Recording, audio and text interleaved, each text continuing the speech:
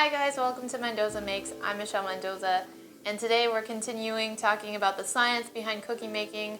We're talking about fat and why you need it in your cookie. There are three main different types of fat that you can use in your cookie recipe. There's oil, shortening, and butter.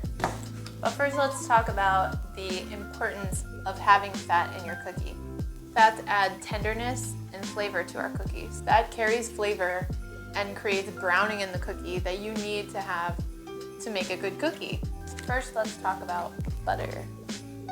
Most recipes will call for softened butter. You can tell if your butter is soft enough to use for a dough when you push into it and the indentation of your finger stays in the butter. But the butter still holds its shape.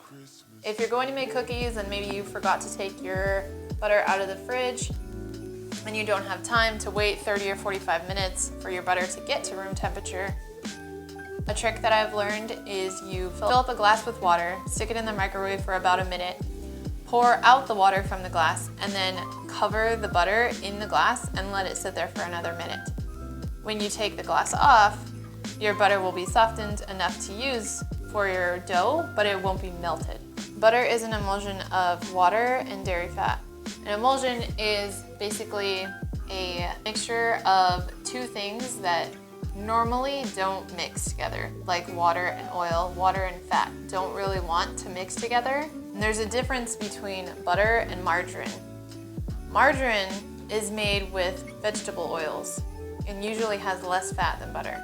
I looked up Country Crock margarine because I was curious about the fat percentage in there, and the Country Crock Original has 70% less fat than butter, which is actually not a good thing when you're making cookies. You want the fat in your cookie to make it flavorful and tender.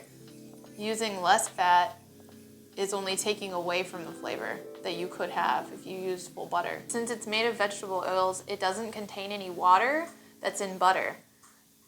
Usually recipes that call for butter need the water moisture that's in the butter as well as the fat. So if you use margarine, you're losing out on some of that moisture that's going into your cookie.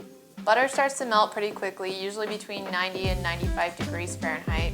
So the butter in your cookie dough will melt when it gets into the oven and help your cookies spread out. If you're using butter in your cookie dough recipe but like to have a thicker cookie in the end, try chilling the dough in the fridge right before you bake it to keep the butter cold until it hits the oven. That way when it gets into the oven, it'll take it longer to heat up and it'll spread less. I also recommend using a non-preheated cookie sheet. Usually what I do is I have 2 cookie sheets. If I'm making a batch of cookies or several types of cookies, I use 2 cookie sheets. I'll have one in the oven with cookies baking and then the other one cooling on the counter. Once it's all the way cool, then I make the next set of cookies. It doesn't actually take that long for the pan to cool down because it's pretty thin aluminum. So it's not that much of a wait between batches. If you also think about sugar cookies, the way that you make sugar cookies is you mix the dough and then you put it in a bowl and let it sit in the fridge for a little bit. When you take it out, you're gonna roll out the cookie dough and cut it into the shapes that you want it to be and then bake them. The reason you put it in the fridge is to bring down the temperature of the butter a little bit. So you start with room temperature butter. You mix it, which the friction heats it up a little bit. If you were to just roll it out then and there, it would create more friction. So it would be very, very soft. Then when you put it in the oven, they'd melt out into very thin cookies and might not even hold their shape. But since you're using room temperature butter and then mixing it, creating friction, and then you put it back into the fridge, the decrease in temperature in the fridge firms up the butter and keeps it cold. So that when you take it out and start working on it, rolling it out to make your little shapes, and then put it in the oven, your butter is cold enough when it hits the oven that it'll keep its shape and not spread too thin. All right, now let's talk about the shortening. Some recipes call for shortening instead of butter. You can use either one, or you can replace them if you want to, but sometimes there's a reason it calls for shortening and not butter. Shortening doesn't have the water in it that butter does. So this is usually used in lower moisture cookies or cookies where you're getting your moisture from another ingredient like eggs. So if you're going to switch out the shortening for butter, also consider reducing the other forms of moisture that are going into your cookie recipe.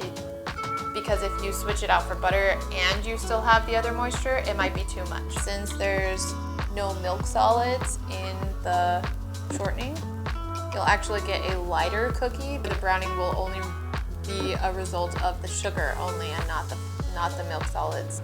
All right, that's it for fat. Done with fat.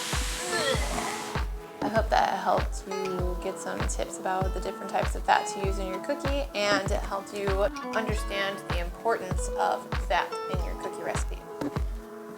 Next week, we will continue talking about the science of cookies by talking about sugar. If you did learn something, give it a like. See you next time. Bye!